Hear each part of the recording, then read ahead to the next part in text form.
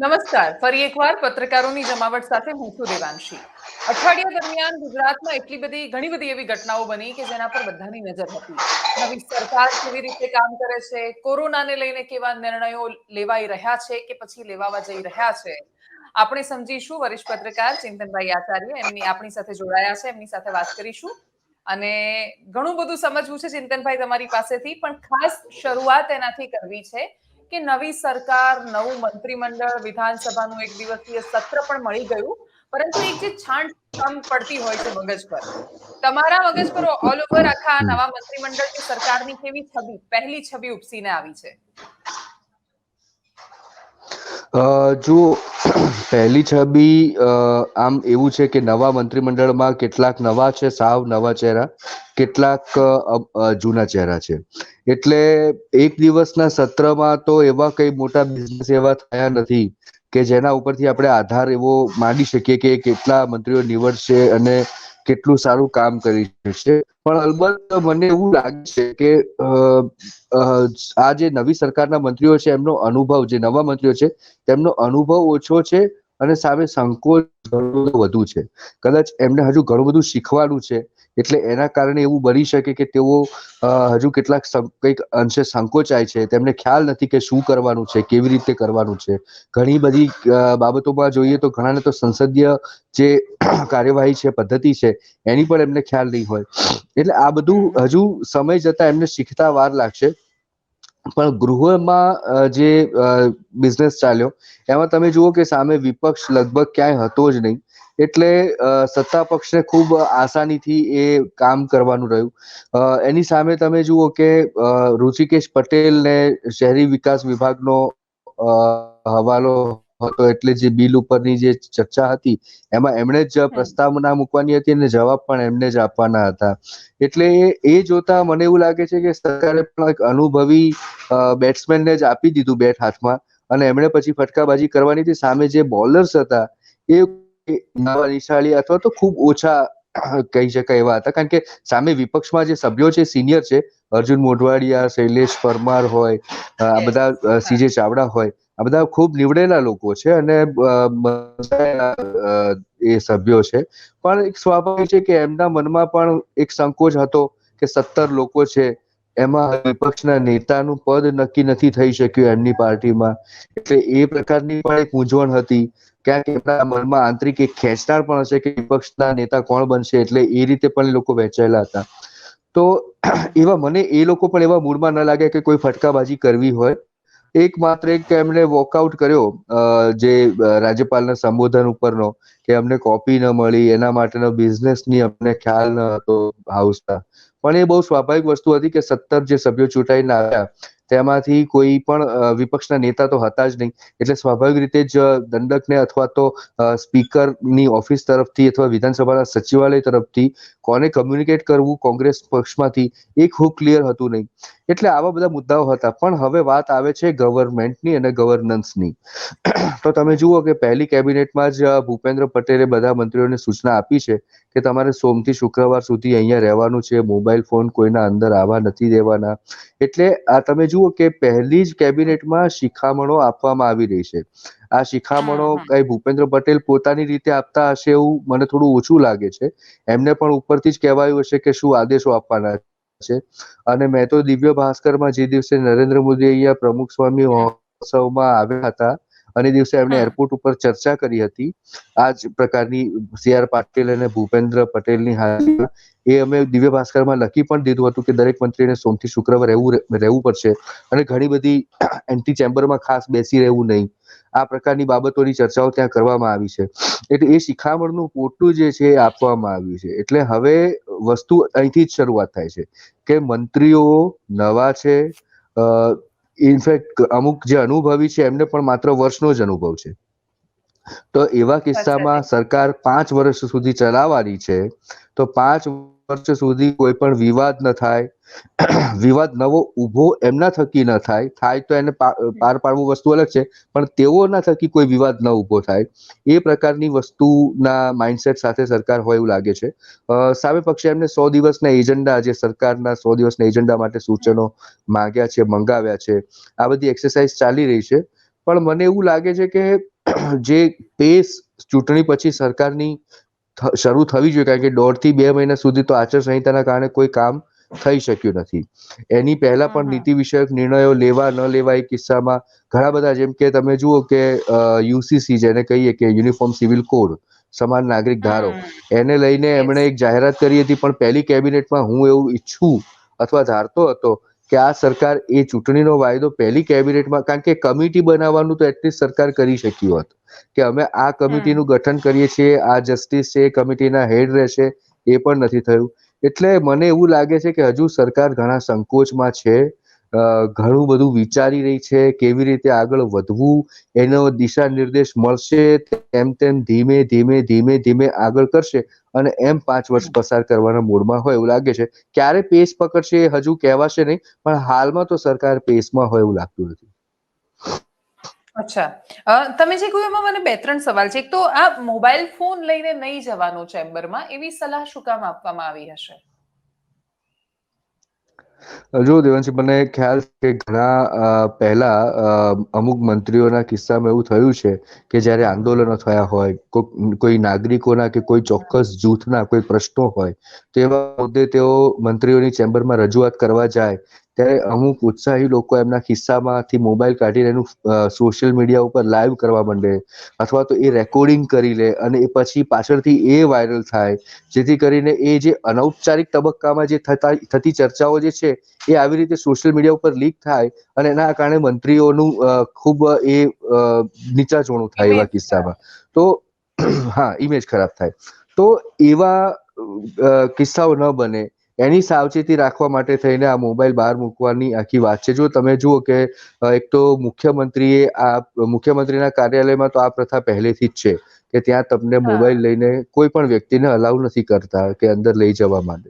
બીજું, હર્ષ સંઘવી, એની પહેલા પ્રદીપસિંહ જાડેજા હતા, તો ગૃહ રાજ્યમંત્રી, તો આ બંને મંત્રીઓએ પણ પોતાના કાર્યાલયની અંદર આવતા મુલાકાતીઓ મોબાઈલ બહાર મૂકીને આવે તેવું પ્રિફર કરે છે એ લોકો, અને પ્રદીપસિંહ કરતા હતા.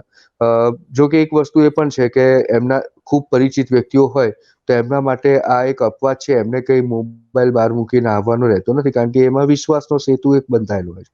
પણ ખૂબ ત્રાહિત વ્યક્તિ હોય અને એ રજૂઆતના બહાને કદાચ અંદર આવીને કોઈક બીજી રીતે કોઈક ચર્ચા કરીને કંઈક, તમને યાદ હશે કે બાબુ બોખીરિયાનો તો એક કિસ્સો એવો પણ હતો કે કોઈએ વ્યક્તિને ફોન કર્યો અને કંઈક કૃષિના બાબતમાં મૂંઝવણ એની વ્યક્ત કરી, તો બાબુ બોખીરિયાએ સાવ ઉડાવ જવાબ એવો આપી દીધો હતો કે ભાઈ મને પૂછીને તમે વાવેતર નથી કર્યું.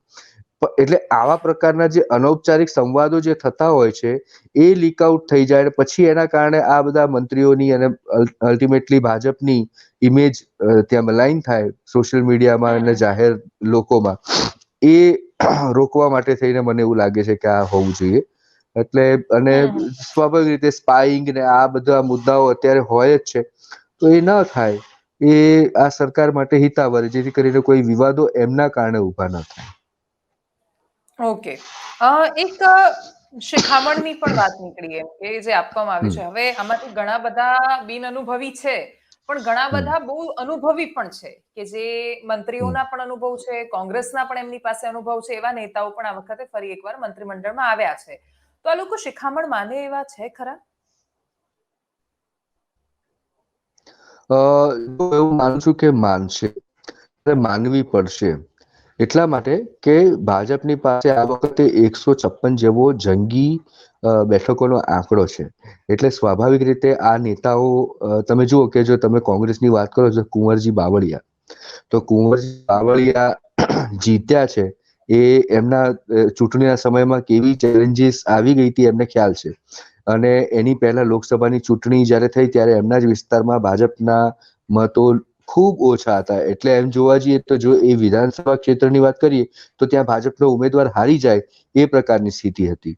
એટલે એ બિલકુલ સમજતા હશે કે કેવી રીતે આ સરકારમાં આવવાનું એમના માટે શક્ય બન્યું છે, ચૂંટાવાનું શક્ય બન્યું છે. રાઘવજી પટેલની પણ વાત કરીએ આપણે, તો રાઘવજી પટેલ પણ ભલે ત્યાં આગળ લોકલ નેતા પોતે છે, પણ ત્યાં ચેલેન્જ એમના માટે ઓછી ન હતી. જો ભાજપ તરફથી અથવા સંગઠન તરફથી પૂરતો સહયોગ ન હોત તો રાઘવજી પટેલ, કારણ કે ગઈ વખતની જે ચૂંટણી હતી એમાં તો તેઓ હાર્યા હતા, પરંતુ જે ત્યાંના જામનગર ગ્રામ્યના જે ધારાસભ્ય હતા વલ્લભભાઈ ધારાવિયા, એમણે રાજીનામું આપીને ભાજપમાં જોડાયા પછી એમને એક તક મળી ભાજપમાંથી અગેન. તો આવા કિસ્સામાં બધાને પરિચય છે આ બાબતનો કે મૂળભૂત રીતે અસ્તિત્વ એમનું મંત્રીમંડળમાં ઓછામાં ઓછું એટલા માટે કે તમે જુઓ કે એમને મંત્રીમંડળમાં ત્યારે લેવાય છે જ્યારે જીતુ વાઘાણી, પૂર્ણેશ મોદી, કિરીટસિંહ રાણા, આવા બધા બિગ શોટ્સ જે ગઈ સરકારમાં હતા એ બધાને પડતા મૂકીને લેવાયા છે. ઇવન તમે જુઓ કે શંકર ચૌધરી જેવા નેતાને વિધાનસભાના અધ્યક્ષ બનાવાયા છે. રમણ વોરા જેવા ખૂબ સિનિયર ભૂતકાળના મંત્રી રહી ચૂકેલા નેતાને પણ માત્ર ધારાસભ્ય જ રહેવા દીધા છે. તો આ બધાની વચ્ચેથી તારવીને એમને મંત્રી બનાવાયા છે. એટલે એમને ખ્યાલ છે કે આ સૂચના હોય, શિખામણ હોય, હુકમ હોય કે આદેશ હોય તો એને માનવો જ પડશે. એ નહીં માને તો એમનું મંત્રી પદ તો જોખમમાં મુકાઈ જશે. એટલે હું એવું નથી માનતો કે એને ડિસરિસ્પેક્ટ કરશે. અને અલ્ટિમેટલી હું એવું પણ માનું છું કે આ જે શિખામણ આપી છે અથવા તો જે સૂચનો એમને કર્યા છે કે ભાઈ સોમથી શુક્ર સુધી તમારે આ રીતે શિડ્યુલ બનાવવું, મોબાઈલ ન લઈ જાવ, એ એમના હિતમાં છે. એટલા માટે કે હવે નવી સરકાર બની છે એટલે ઘણા બધા લોકો એમના પ્રશ્નો, મુદ્દાઓ લઈને આવશે. 156 બેઠક છે એટલે સ્વાભાવિક રીતે 156 મતક્ષેત્રના લોકો એમના કાર્યાલય સુધી પહોંચશે. એટલે 156 ધારાસભ્યો તો ખરા જ, પણ એ સિવાય એ વિસ્તારના લોકો અને જે જગ્યાએથી બેઠકો નથી આવી બાકીની એ જગ્યાના લોકોને પણ એમને સાંભળવાના તો રહેશે. પણ 156 તો ચોક્કસ છે. તો આ લોકોને કેવી રીતે તમારે જસ્ટિફાય કરવા, એટલા માટે થઈને આ જે સમયગાળો છે એમનો કે જે પહેલા શરૂઆતમાં 3 દિવસ ગાળતા, કેબિનેટની બેઠક બુધવારે પૂરી થાય એટલે સીધી ગાડી એ લોકો મારી મૂકે અને જમીને પોતાના વિસ્તારમાં જે ગુરુ શુક્ર શનિ રવિ ત્યાં જ રહેતા, એના બદલે હવે સોમથી શુક્ર અહીંયા રહેવાનું છે, મહત્તમ કામ કરવાનું છે. અને લોકસભાની ચૂંટણી આવે છે એટલે સ્વાભાવિક રીતે લોકસભાની ચૂંટણીમાં પણ એ જ રીતે આ જ ઇમેજ અને આ જ જુસ્સો જળવાઈ રહે તો લોકો બમ્પર મત આપી અને ભાજપને ફરીથી સત્તાનું સુકાન આપે. એટલે આ પ્રકારની બાબત સતત હું માનું છું ત્યાં સુધી ભાજપ વિચારતું રહે છે, એમના હાઈકમાન્ડ, અને એ આવા પ્રકારના નિર્દેશો આપી પોતાના મંત્રીઓ હોય કે કાર્યકર્તા હોય એમને સતત આ રીતે સચેત રાખે છે. એટલે હું એવું નથી માનતો કે આમાંનો કોઈ અનાદર કરશે. અચ્છા, તમે ચિંતનભાઈ જે આ સમજાવ્યું એમાં એક બે ત્રણ જે અમુક આશ્ચર્યો લાગ્યા હતા. રમણભાઈ વોરા એમને ટિકિટ તો આપી પણ આટલો બધો અનુભવ છતાં એમને મંત્રીમંડળથી દૂર રાખ્યા. અલ્પેશ ઠાકોરનો વારો પણ ક્યારે આવશે? કેમ કે દરેક વખતે એમને વાયદા વચન મંત્રીમંડળના મંત્રી પદના મળી જતા હોય છે, પણ ગયા વખતે એ જીતી ન શક્યા. આ વખતે તો અમિત શાહે કહ્યું હતું મંચ પરથી, શંકર ચૌધરીનું કહેલું માન્યું, મંત્રી નહીં તો અધ્યક્ષ પણ એમને બનાવાયા. અધ્યક્ષ આમ તો સર્વોચ્ચ જવાબદારી છે, પણ અધ્યક્ષ બન્યા પછી એ બધાની ઈચ્છા છેલ્લે મંત્રી બનવાની હોય છે. અને અલ્પેશ ઠાકોરના કિસ્સામાં એ કેમ ન માનવામાં આવ્યું? આ એક મને એવું લાગે છે એક પેટર્ન હશે કે અત્યારના તબક્કે ઓછામાં ઓછા મંત્રીમંડળ વાળી એક સરકાર બને. કારણ કે અત્યારે તો ચુકાદો આવી ગયો છે, લોકોનો જનાદેશ મળી ગયો છે, 156 બેઠકો આવી ગઈ છે. હવે લોકોએ ભાજપ ઉપર છોડી દીધું છે કે તમે સરકાર ચલાવો. એટલે ઓછામાં ઓછા લોકોથી અત્યારે સરકાર ચલાવી શકશે, કારણ કે અત્યારે લોકોની હવે એકદમ સીધી બીજી કોઈ અપેક્ષા નથી ને મોટો જન્મ તેમની પાસે છે. હવે લોકોની પાસે ફરી બીજેપીને જવાનું આવશે, એ સમય આવશે 2024ના મધ્ય ભાગમાં. એ જે છે લોકસભાની ચૂંટણી. તો લોકસભાની ચૂંટણી વખતે તેમને ફરીથી જ્ઞાતિના સમીકરણો જોવાના આવશે, કારણ કે 26 બેઠકો છે માત્ર. એવા સંજોગોમાં 26 બેઠકો ઉપર તમામ જ્ઞાતિના સમીકરણો કેવી રીતે સાચવશે? તો એ મંત્રીમંડળમાં સ્થાન આપી જાય એ જ્ઞાતિના સમીકરણો સાચવી શકે. તો એ કેવી રીતે થશે? તો એ લોકસભાની પહેલા એક એક્સપાન્શન, ચૂંટણી પહેલા એક્સપાન્શન એટલે મંત્રીમંડળનું વિસ્તરણ થાય. અને અત્યારે વર્તમાન સરકાર જે છે એમાં જે મંત્રીઓ છે એમાંના અમુક મંત્રીઓને રિટેન કરે, અમુકને કદાચ જો એવું લાગે કે તેમનું પરફોર્મન્સ યોગ્ય નથી તો એમને ડ્રોપ પણ કરે. તો આવી રીતે કરી અને એક હું માનું છું ત્યાં સુધી એક મોટું, આના કરતા વધારે મોટા કદનું એક મંત્રીમંડળ બનશે. અને એમાં અલ્પેશ ઠાકોર, સંભવતઃ શંકર ચૌધરી, રમણભાઈ વોરા, આ બધાનો કદાચ ચાન્સ આવી શકે. હજુ આ બાબત જો અને તોને આધીન જ કહી શકાય, એટલા માટે કે આમ જ થશે એમ કહેવું અત્યારે ભાજપ માટે બહુ મુશ્કેલ છે. ક્યારેય ભાજપ માટે શક્ય નથી બન્યું. તમે કોઈ પણ ધારણાઓ લોજિકના આધારે પણ ચલાવો કે આ વસ્તુ ભાજપ કરી શકે, તો કદાચ એ લોકો ત્યાં એને ખોટી સાબિત કરતા હોય છે. પણ આ એક સંભવત થઈ શકે કે જે લોકોને અત્યારે નથી લેવામાં આવ્યા, અથવા તો જેમને ગઈ સરકાર ભૂપેન્દ્ર પટેલ સરકારમાં હતા પણ આ વખતે પડતા મૂકવામાં આવ્યા છે, તો એ જીતુ વાઘાણી હોય કે પુનેશ મોદી હોય, એ લોકોને ક્યાંક કોઈ રીતે સમાવવા એ પ્રકારનું આયોજન હોઈ શકે. એટલે અત્યારથી એ લોકો પણ તમે જુઓ કે ક્યાંય એમના ચહેરા ઉપર આમ સીધી રીતે એવું દેખાતું નથી કે કોઈ રીતે નિરાશ છે અથવા તો એમને કંઈક અણગમો છે. કારણ કે એમને પણ ખ્યાલ છે કે આ મંત્રીમંડળનું વિસ્તરણ ભવિષ્યમાં થવાનું છે. સમય કેટલો છે એ નથી ખ્યાલ, પણ થવાનું છે ખ્યાલ છે. એટલે એને લઈને હું માનું છું કે એમની હજુ આશાઓ ત્યાં ટકેલી હશે. હા, આશા અમર છે. જયેશ રાદડિયા પણ આ વખતે તો નિરાશ કે નારાજ નથી જોવા મળ્યા. તો એ જ બતાવે છે કે બધાને ખબર છે કે ભાઈ 156 મળી છે. અને એટલે જ કોઈ એવી રીતે અવાજ ઉઠાવવાનો તો કોઈ મતલબ નથી. જે ચાન્સીસ હોય પણ ઘણીવાર ઓછા થઈ જતા હોય છે. પણ હવે મને થોડું વ્યવસ્થાની રીતે સમજવું છે કે પરફોર્મન્સ નથી તો મંત્રી બદલી દેવા, અથવા પરફોર્મન્સ નથી કે ચૂંટણી આવી રહી છે તો સરકાર બદલી દેવી. એ ભારતીય જનતા પાર્ટી એક નવી પેટર્નની શરૂઆત કરી છે. પણ જે નવો આવેલો વ્યક્તિ, એટલે ઘણા બધા લોકો એવા છે કે આખા સચિવાલયને સમજી શકશે, કેટલા બ્લોક શું એ બધું સમજી શકે, કયા અધિકારીઓ સાથે સંવાદ કરવો એ સમજી શકે, એની પહેલા તો ત્યાં વિસ્તરણ થઈ જતું હોય છે. ઘણીવાર ચહેરાઓ બદલાઈ જતા હોય છે. તો શું એ લોકો ઈચ્છવા છતાં પણ પરફોર્મ કરી શકતા હોય છે? આનાથી શાસનને કોઈ ફરક પડે છે એનાથી, કે પછી પેલા જેવું છે કે કોઈ પણ આવે શું ફરક પડે, સરકાર તો અધિકારીઓએ ચલાવવાની છે? ના, એવું નથી. મારું મંતવ્ય છે આના કરતા જુદું છે દેવાંશી. કે જ્યારે તમે કોઈ એક સ્વાભાવિક છે કે રાજકારણમાં કે અન્ય કોઈ પણ જગ્યાએ જુઓ, તમે સતત ફ્રેશનેસ આવતી રહેતી હોય એ લોકોને ગમતું હોય છે. તમે ફિલ્મોમાં પણ જુઓ તો ફિલ્મોમાં પણ આજની તારીખે તમે શાહરૂખ ખાનની ફિલ્મો કદાચ પીટાઈ જાય, અક્ષય કુમારની ફિલ્મો નથી ચાલતી, પણ સાઉથમાંથી આવનારી નવી વાર્તાઓ સાથેની, નવા કોન્સેપ્ટ સાથેની ફિલ્મો ધૂમ મચાવે છે. તો એમ નહીં કહેવાય કે આ જે મંત્રીઓ નવા છે તો એ લોકો પરફોર્મ નહીં કરી શકે ને બદલી નાખશે. તો કદાચ હું એવું માનું છું કે લોકોની અપેક્ષાઓ પણ કંઈક નવું થાય એની હોય છે, અને એટલા માટે જ નવા લોકોને તક આપવામાં આવે છે. બીજું કે કોંગ્રેસ પાર્ટીમાં તમે જુઓ કે ઘણા વખતથી જૂના એ જ ચહેરાઓ સતત તમારી સામે આવ્યા કરે, એના કારણે લોકોનો અણગમો તો હોય, પણ સાથે સાથે જે નીચેની કેડર ઉપર કામ કરનારા લોકો છે એમનો ઉત્સાહ પણ ઘટી જશે. એટલા માટે કે એમને કોઈ તક જ નથી મળતી, એ પ્રકારની ફિલિંગ એમનામાં દ્રઢ થઈ જાય. તો એવું ન થાય એટલા માટે હું માનું છું ત્યાં સુધી બીજેપીની એક આ સારી નિશાની છે. બીજી એક વસ્તુ એ પણ છે કે બીજેપી, આરએસએસ આ બધા કેડર બેઝ કામ કરનારા ઓર્ગેનાઇઝેશન્સ છે. એ લોકો એક પર્ટિક્યુલર એક માળખું અથવા એક સમિતિ જે છે એ જ સતત બધી વસ્તુ એને કોલિંગ શોટ કર્યા કરે, એ જ બધા નિર્ણયો લીધા કરે. એ પ્રકારની સ્થિતિ ઉદ્ભવવાના બદલે એ લોકો નવા લોકોને તક આપે છે, જે હું માનું ત્યાં સુધી સારી નિશાની છે. બીજું કે જો કોઈ ફેલ જાય છે અને એને બદલી નાખવાથી આખી સરકાર હોય કે મંત્રી હોય તો એનાથી લોકોને તકલીફ પડશે કે નહીં? પણ હું તો એવું માનું છું કે આપણા જીવનમાં પણ આપણે ક્યારેક કંઈક અમુક વસ્તુ કરતા હોય, પણ ક્યાંક એ વસ્તુમાં આપણને સફળ થતી ન લાગે તો આપણે જલ્દીથી સ્વિચ ઓવર કરી નાખીએ છીએ. તો હું માનું ત્યાં સુધી આ મને તો ગમે છે આ વસ્તુ, કે જો એવું લાગે કે આ નવી વ્યક્તિ અથવા તો નવી બાબત જે છે એ અહીંયા એક્ઝિક્યુટ નથી કરી રહી પ્રોપર રીતે, તો એને કરેક્શન કરવામાં ખોટું નથી. હવે વસ્તુ તમારી જે છે કે એક વ્યક્તિ અથવા મંત્રી એ વિષયોને સમજતા વાર કરે અને ત્યાં સુધીમાં મંત્રીમંડળનું વિસ્તરણ થઈ જાય, તો એ જ અપેક્ષા એમની પાસે રાખવામાં આવી રહી છે કે તમે કોઈ આ વાર ન કરશો. કારણ કે તમને જે દિવસથી અહીંયા મંત્રીમંડળમાં મૂકવામાં આવે છે તે દિવસથી તમારી ઉપર વિશ્વાસ છે કે તમે કામ કરી શકશો, અને એટલે તમારે એ પ્રકારની દિશામાં જ તમારે આગળ વધવાનું છે અને રીતે કામ કરવાનું છે. એટલે હવે જો આ વસ્તુ એ જ છે કે જે રીતે પ્રાઇવેટ સેક્ટરમાં થાય છે કે પરફોર્મન્સ ઉપર જ બધા નિર્ણયો થાય, પરફોર્મન્સ થવું જોઈએ, કરવું જોઈએ, એ પ્રકારનો એક ઠાગ્ર રાખવામાં આવે છે. એ જ પ્રોફેશનલિઝમ હવે પોલિટિક્સમાં આવ્યું છે. માત્ર તમે કોઈ એક વર્ષોથી ચૂંટાતા આવો છો, અથવા તો કોઈ એક વિસ્તારના ખૂબ મોટા પ્રતિનિધિ છો, અથવા તો કોઈક એવું તમારું ક્લાઉડ છે એના કારણે તમને તક મળતી રહેશે, એ પ્રકારની થિયરી અહીંયા નથી.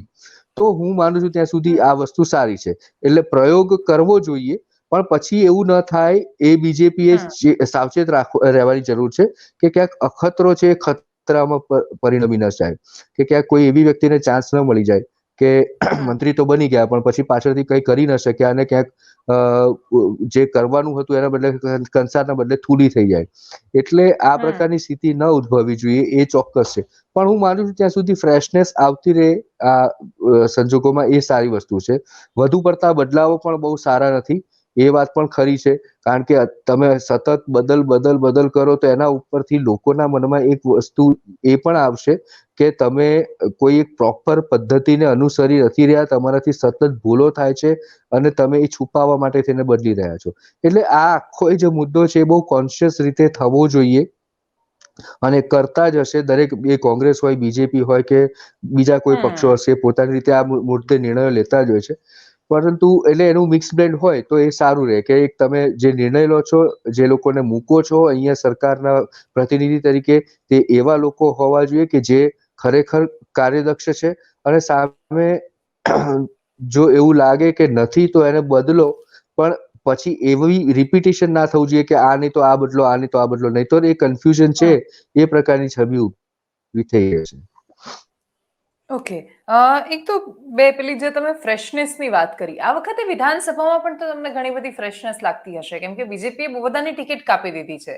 એટલે જે ચૂંટાઈને આવ્યા છે એ પણ ઘણા બધા નવા ચહેરાઓ છે. આમ આદમી પાર્ટી વાળા 5 પણ છે કે જે નવા છે.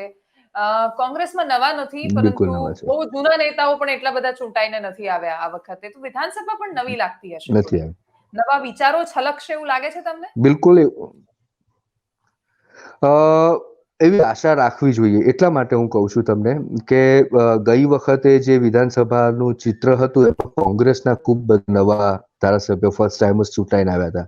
તો એક તો એમને ઓળખતા થોડો સમય જાય કે આ કોણ છે ધારાસભ્ય, તો એની જે સિટિંગ અરેન્જમેન્ટ હોય એને જોઈને આપણે થોડો અંદાજ મેળવી શકીએ કે આ જિલ્લાના ધારાસભ્યોનો આ છે બેઠક વ્યવસ્થા, તો એ ફલાણા જિલ્લાના આ હોઈ શકે એમ.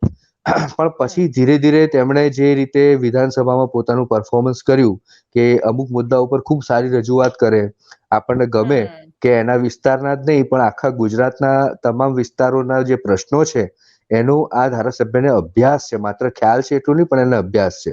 અને ખૂબ સુંદર રીતે અને તાર્કિક રીતે અને આંકડા સાથે એ રજૂ કરે છે. આ વખતે એવું જ છે, આ વખતે ભાજપમાં છે કે ઘણા ધારાસભ્યો એવા છે કે જેમને જોઈને આપણને કન્ફ્યુઝન થાય કે આ કોણ ધારાસભ્ય છે. એટલે હજુ મારે પણ અમુકને ઓળખી શક્યો છું, પણ હજુ અમુક લોકોને ઓળખવાનું ચાલુ છે, એમ કહીએ તો ખોટું નથી. પણ ખરી ઓળખાણ એમની હાઉસમાં થશે, જ્યારે એ મુદ્દા ઉપર ચર્ચા કરવા ઊભા થશે તો એ વખતે આપણને ખ્યાલ આવશે કે એ જે તે ધારાસભ્ય છે એ પોતે પોતાના વિસ્તારના પ્રશ્નોને, લોકોની જે મુદ્દાઓ છે, રાજ્ય સરકારને જે મુદ્દાઓ છે એને કેટલું સારી રીતે સમજે છે, કેટલું સારી રીતે ત્યાં આગળ રજૂઆત કરી શકે છે, કે પછી માત્ર દંડકની ઓફિસમાંથી આવેલી ચિઠ્ઠી વાંચે છે. પ્રશ્નો ઉપરથી પણ ખ્યાલ આવશે. આ વખતે તો પ્રશ્નોત્તરી હતી નહીં, પણ હવે આવનારા સમયમાં પ્રશ્નોત્તરી કાળ પણ હશે બજેટના સત્રમાં. તો એમાં એ કેવા પ્રશ્નો કરે છે એના ઉપરથી પણ પાણી માપી શકાશે. જો કે જનરલી આમ જોવા જઈએ તો સત્તા પક્ષને અકળાવી શકે એવા પ્રશ્નો સત્તા પક્ષના ધારાસભ્યો પૂછતા નથી, એટલે એવી અપેક્ષા રાખવી થોડીક મને વધારે પડતી લાગે છે. અને સામે વિપક્ષ તો ખૂબ સાંકડો પાતળો એવો છે, એટલે એમાંથી હવે જેટલા પ્રશ્નો આવે ને એમાં પણ પાછળ ડ્રો સિસ્ટમ હોય, એટલે એમના જે ભાજપના જે સત્તા પક્ષના ધારાસભ્યો છે એની સામે આ બધાના પ્રશ્નોનો જે પ્રમાણ હશે, રેશિયો, ગુણોત્તર જેને કહીએ, એ ખૂબ ઓછો હશે. એટલે એ રીતે પણ થોડુંક એમનો અવાજ ઢકાઈ જશે, દબાઈ જશે એવું લાગશે. પણ હવે આ જે પરિણામ છે વિધાનસભાની ચૂંટણીનું, એને જ આધીન આ બધી બાબતો અહીંયા થવાની છે. પણ એવી અપેક્ષા એવી ચોક્કસ રાખી શકીએ કે કદાચ નવા લોકો છે એ એક નવી ઉર્જા સાથે આવ્યા હશે, નવા વિચારો સાથે આવ્યા હશે, અને એમના વિસ્તારના પ્રશ્નો, કારણ કે કાર્યકર્તાઓ છે એવું બીજેપીના લોકો કહે છે કે કાર્યકર્તાને તક મળી છે. તો કાર્યકર્તા તો સ્વાભાવિક રીતે જમીન સાથે જોડાયેલો હોય, લોકો સાથે ખૂબ ગાઢ સંપર્ક વાળો હોય, તો એ કાર્યકર્તા એના વિસ્તારના મુદ્દાઓને, સમસ્યાઓને સારી રીતે જાણતો હશે, એનું પ્રતિનિધિત્વ હાઉસમાં કરશે એવી અપેક્ષા આપણે રાખી શકીએ. અચ્છા, મને બીજા એક તો 2-3 સવાલ છે એકદમ, ખાલી હું તમને છેલ્લે ટૂંકમાં પૂછી લઉં. તો એક તો ઇતિહાસ ગુજરાતની રાજનીતિનો, દેશની રાજનીતિનો એવું કહે છે કે માધવસિંહ ચૂંટાઈને આવ્યા, થોડા સમય પછી એમની સરકાર પડી ભાંગી હતી. રાજીવ ગાંધી સમયે પણ એ જ થયું હતું.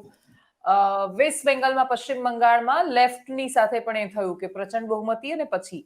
તો શું એના કારણે જે શરૂઆતમાં તમે પેસની વાત કરી કે હજુ એ માહોલ અથવા એ વાઇબ્રન્સી જે તમને નેતાઓમાં ફીલ થાય કે 156 સાથે આવ્યા છીએ, હવે બધું આમ કરીને બતાવીશું અને જે ધાર્યું છે એ બધું જ કરીશું, વિચારધારા પ્રમાણે જે રજૂઆતો કરી છે જે તે સમયે કરીશું, એ નથી દેખાતું. એનું કારણ એવું પણ છે કે એ ઇતિહાસને ધ્યાનમાં રાખીને બહુ સાવચેતીથી ધીરે ધીરે આગળ વધવા માંગે છે. મને હું એવું માનું છું કે એવું નહીં હોય. સરકાર પડી જશે, કારણ કે તમે જે માધવસિંહના, રાજીવ ગાંધીના બધાના જે ઉદાહરણ આપ્યા એમાં મૂળભૂત રીતે એમના પક્ષમાં જે આંતરિક જે રાજનીતિના મુદ્દાઓ અમુક ઉપસ્થિત થયા હતા એના કારણે ત્યાં આગળ સરકાર ઉપર સંકટો આવ્યા. પણ આ કિસ્સામાં હું એવું માનું છું કે અહીંયા રાજનીતિક સંકટો એમના પાર્ટીના જ લોકો લાવીને મૂકી દે એ પ્રકારની સ્થિતિ એટલા માટે નથી, કારણ કે આ જે 156 બેઠકો આવી છે એ આ 156 પૈકીના એકના કારણે નથી આવી. એ આપણને બધાને ખબર છે કે 156 બેઠક કોના કારણે આવી છે. તો એવી રાજકીય કટોકટી ઊભી થાય તો એની દવા પણ ત્યાંથી જ થશે. એટલે એવી રાજકીય ચેલેન્જ તો કદાચ હું માનું છું ત્યાં સુધી સરકાર સામેલ નથી, પરંતુ 5 વર્ષ સુધી કોઈ પણ વિવાદ ન થાય એટલા માટે કે ગઈ વખતની જે 2017 થી 22 અને ઇનફેક્ટ હું તો એવું માનું છું કે જે પાટીદારથી માંડીને બધા જે આંદોલનો થયા 2015ના સમયગાળા પછીનો જે સતત 22 સુધીનો જે સમયગાળો છે એમાં આંદોલન ગણો, કોવિડનો સમયગાળો ગણો, પેપર લીકના ઇસ્યુઝ ગણો, જે કુદરતી આપદાઓ વખતેનું જે ડિઝાસ્ટર મેનેજમેન્ટના ઇસ્યુઝ જે આવ્યા, પ્લસ અમુક ઘણા ભ્રષ્ટાચારના મુદ્દાઓ પણ ઉછળે રાખ્યા. તો આવા બધા મુદ્દાઓને કારણે સતત ભાજપની સરકાર વિવાદમાં રહી છે. હવે અત્યારના કિસ્સામાં એવું છે કે એમણે હવે વિવાદો પોતાના તરફથી તો ઊભા નથી થવા દેવાના. કદાચ બહાર કોઈ મુદ્દો ઉપસ્થિત થાય જનતામાંથી, જેમ કે કોઈ જગ્યાએ પાણીની ખેંચ પડે, ઉનાળામાં વરસાદ એટલે ઓછો આવે, ઉનાળામાં પાણીની ખેંચ વર્તાય કે બીજી કોઈક સંકટ હોય, તો એવા કિસ્સામાં આ સરકારે પોતે એ મેનેજમેન્ટનું કામ કરવું પડશે. પણ પોતે જ કંઈક એવું કરી બેસે જેના કારણે સરકારના મંત્રીના કારણે આખી સરકાર માટે એ બહુ મોટો ક્રાઇસિસનો પ્રશ્ન ઉભો થાય અથવા પાર્ટીની ઇમેજ ખરાબ થઈ જાય, એ પ્રકારની સ્થિતિ ન આવવા દેવી હોય તો એ લોકો ધીમે ધીમે આગળ વધે, જેથી કરી જેમ કહીએ ને કે દૂધનો દાજો છે છાશે ફૂંકી ફૂંકીને પીવે, એ પ્રકારની આખી અત્યારની એક માનસિકતા છે કે તમે જો ખૂબ તેજ ગતિથી દોડીને ક્યાંક પડી જશો એના કરતા ઇટ ઇઝ બેટર કે તમે ધીમે ધીમે ચાલો, પણ એવા મજબૂત પગલા આગળ ભરો કે જેથી કરીને જે અંતર કાપવાનું છે એ નિર્વિઘ્ને તમે પાર પાડી શકો. જો તમે ખૂબ દોડવા જશો તો ક્યાંક વચ્ચે પડી પણ જશો. એટલે આ સ્થિતિ ઉદ્ભવવા દેવાની નથી. એ સ્થિતિએ મને એવું લાગે છે કે અત્યારે થોડુંક સરકારમાં જે તેજ ગતિ જે છે એ નથી પકડી. પણ હું એટલે મેં એ વખતે એ પણ કહ્યું કે એ ગતિ પકડાશે ચોક્કસ, પણ એનો એક સમય આવશે પછી પકડાશે, કારણ કે આ સરકાર હજુ નવી છે, હજુ ઘણા બધા ઇમેજ જે બનાવવાની છે મુખ્યમંત્રીથી માંડી, અને આપણે મુખ્યમંત્રી માટે મૃદુ અને મક્કમ એ શબ્દો બીજેપી અને બીજેપીના નેતાઓ પોતે એને વાપરે છે, પણ એ હજુ પ્રજામાં રિફ્લેક્ટ થવાનું બાકી છે, કારણ કે એ સરકારને માત્ર 1.25 વર્ષનો સમય મળ્યો છે. એટલે આ સરકાર માટે પબ્લિકમાં કોઈ એવું પરસેપ્શન હજુ એટલું બન્યું નથી. તો એક પરસેપ્શન બનાવવાનું છે, એની સાથે એમણે આગળ 5 વર્ષ સુધી કામ કરવાનું છે, એટલે એ લોકો હજુ ધીમે ધીમે આગળ ચાલી રહ્યા છે.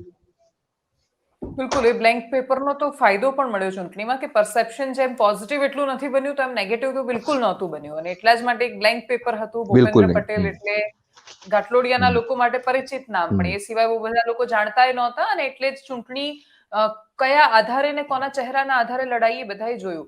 સંગઠનના એક સવાલ પર જવું છે એના પરથી, પણ વચ્ચે ખાલી એક કોરોનાનો સવાલ કરી દઉં નાનો, કે કોરોનામાં બહુ આલોચનાઓ થઈ સરકારની, ટીકાઓ સ્વાભાવિક હતી, કેમ કે એક બાજુ મંત્રીઓ અને નેતાઓ ત્યાં મેચનું આયોજન કરતા હોય અને સામાન્ય જનતાને પોલીસ કાં તો માસ્ક માટે દંડતી હોય. અસમાનતા ઘણી બધી જગ્યાએ નિયમોમાં જોવા મળી. રેગ્યુલેશન જે કોરોનાને લઈને આવવા જોઈતા હતા, ટ્રીટમેન્ટ ગાઈડલાઇન્સ અહીંયાથી ડોક્ટર પેલી કોવિડ ટાસ્ક ફોર્સ કમિટી કંઈક અલગ કે અહીંયા હોસ્પિટલમાં ટ્રીટમેન્ટ ટ્રીટમેન્ટ કંઈક અલગ રીતે થાય, આંકડાઓમાં આગળ પાછળ બધું બહુ જ કન્ફ્યુઝન્સ હતા શરૂઆતના સમયમાં. હવે તો અનુભવ થઈ ગયો છે આપણને બધાને કોરોનાનો. એના પછી સરકારને પણ અનુભવ હશે. ઋષિકેશભાઈ તો આરોગ્ય મંત્રી પહેલા પણ હતા.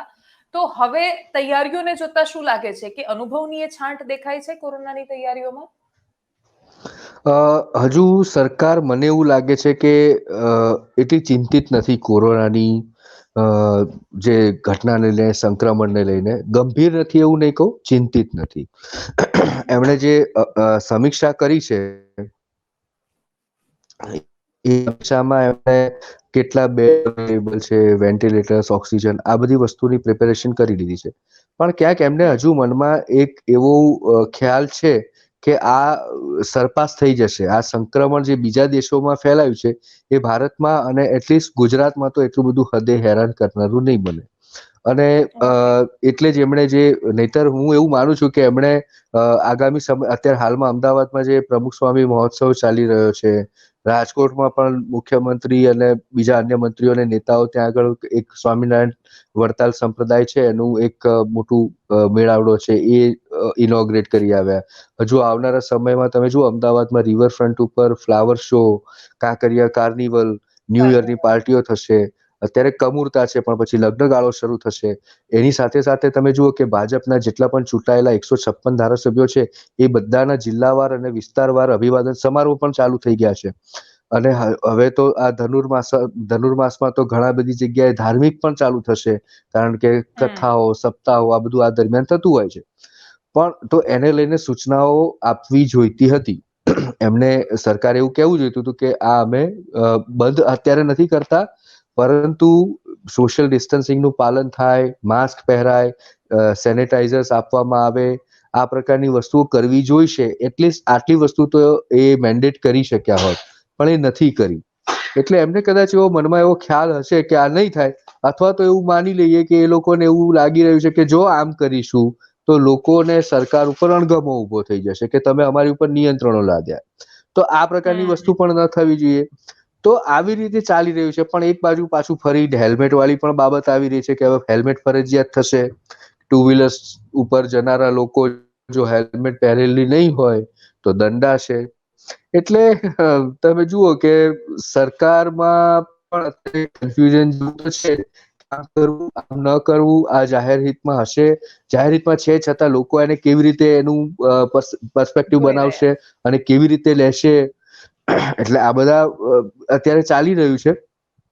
પણ ઓવરઓલ મને એવું લાગે છે કે એક વસ્તુ છે કે આપણે આની પહેલાની જે કોવિડની લહેર અહીંયા જોઈ છે એમાં કેસોની સંખ્યા ખૂબ હતી પણ ફેટાલિટી ખૂબ લગભગ ઓછી હતી. એટલે એવું જ કદાચ એક્સપેક્ટેશન આ સરકારને છે. સાથે હર્ડ ઇમ્યુનિટી છે એવી વાત સતત આરોગ્ય મંત્રી પોતે કહી રહ્યા છે અહીંયા. એટલે એ બાબતને લગભગ હું માનું ત્યાં સુધી ચિંતા નથી સરકારને કે કોવિડનો એવો વેવ આવશે કે જે આપણે બીજી લહેરમાં જોયું હતું કે કેટલાય લોકો મૃત્યુ પામ્યા, સ્મશાનોમાં લાઈનો લાગે, ત્યાંની ચીમનીઓ પીગળી જાય, અથવા તો જે લોકોને સારવાર જોઈએ છે એ લોકોને હોસ્પિટલમાં બેડ ન મળે, ઓક્સિજન ખૂટી ગયા હોય, એમ્બ્યુલન્સ ન હોય, એવી સ્થિતિ આવશે એવી એ લોકોને હવે ધારણા નથી રહી. ઓકે. હા, એટલે અને પાછું એક પરસ્પર ખુશ રાખવાની પણ વાત કરવી પડશે. જનતાએ આટલા ખુશ કર્યા છે તો હા જનતા પણ ખુશ રહેવી જોઈએ સામે. એટલે આ હા પરસ્પર છે, આ પ્રેમ. એટલે માસ્કનો દંડ પણ નહીં, માસ્ક ફરજિયાત પણ નહીં કે તમે માસ્ક પહેરો એવું પણ નથી કહેતા. ભલે એ હા. હિતમાં છે, લોકોના હિતમાં જ છે માસ્ક પહેરે આવા કિસ્સામાં, પણ એવું પણ નથી કહેતા કે માસ્ક અમે ફરજિયાત કરીએ છીએ અથવા તો હવે જો માસ્ક નહીં પહેરો તો દંડાશો. કારણ કે આ તો બહુ મોટું રિસ્ક થઈ જાય. જો આવું કરે તો પછી લોકો જે મત આપ્યા છે પછી એ લાંબુ ક્યાં સુધી ચાલે અને લોકસભાની ચૂંટણીમાં કે બીજી સ્થાનિક સ્વરાજની ચૂંટણીમાં એની નેગેટિવ અસરો પડે તો એવું પણ થાય. ઓકે. સંગઠનને લઈને એક છેલ્લો સવાલ છે કે આ જીતના શ્રેયમાં પ્રધાનમંત્રી નરેન્દ્ર મોદીનો ચહેરો મૂકવામાં આવ્યો, પણ એમણે પણ એ શ્રેય CR પાટીલને આપ્યો છે.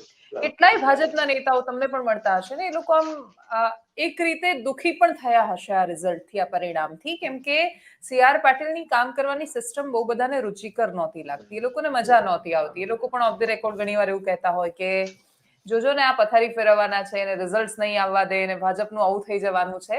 અને એની સામે એમની જે ગણતરી હતી એ પ્રમાણે જ રિઝલ્ટ આવ્યા સી આર પાટીલની. તો એ જોતા એ લોકો અત્યારે સંગઠનમાં એક્ટિવ દેખાય છે કે પછી સંગઠનમાં આગામી સમયમાં કોઈ ફેરફાર, સી આર પાટીલનું વધારે દબદબો દેખાય, એક એવી વચ્ચે છાપ ઊભી થઈ કે હવે એમને એકદમ ઠંડા કરી દેવામાં આવ્યા છે, એવું ઘણી બધી ચર્ચાઓ થઈ હતી. એ બધું જોતા આગળના સમયમાં સંગઠનનો અને સી આર પાટીલનો રોલ શું જોઈ રહ્યા છો તમે?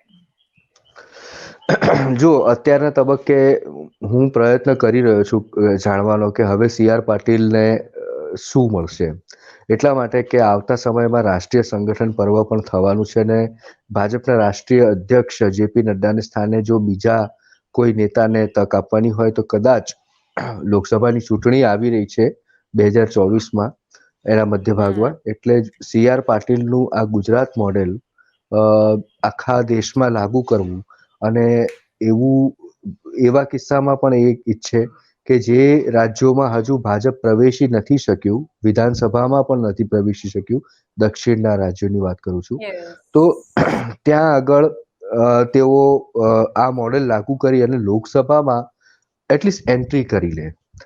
ત્યાં આગળ સ્વાભાવિક છે કે ભાજપ પોતે પણ એટલું તો કલ્પના નહીં કરી શકે કે એમને મોટી એવી સંખ્યામાં ત્યાંથી સીટો મળે, પણ એટલીસ્ટ 1 કે 2 સીટો લઈને એન્ટ્રી કરી લે, એ પ્રકારની એક એમની ગણતરી હશે.